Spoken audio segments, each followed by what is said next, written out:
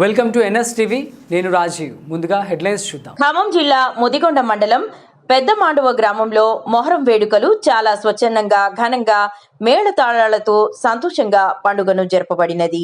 గ్రామంలో చిన్న పెద్ద కులమత భేదం లేకుండా ప్రతి ఒక్కరూ కలిసికట్టుగా మొహరం సాంప్రదాయ ప్రకారంగా పండుగను 11 రోజులుగా జరుపుతారు. నేటితో మొహరం ముగుస్తుందని మత పెద్దలు తెలియజేశారు.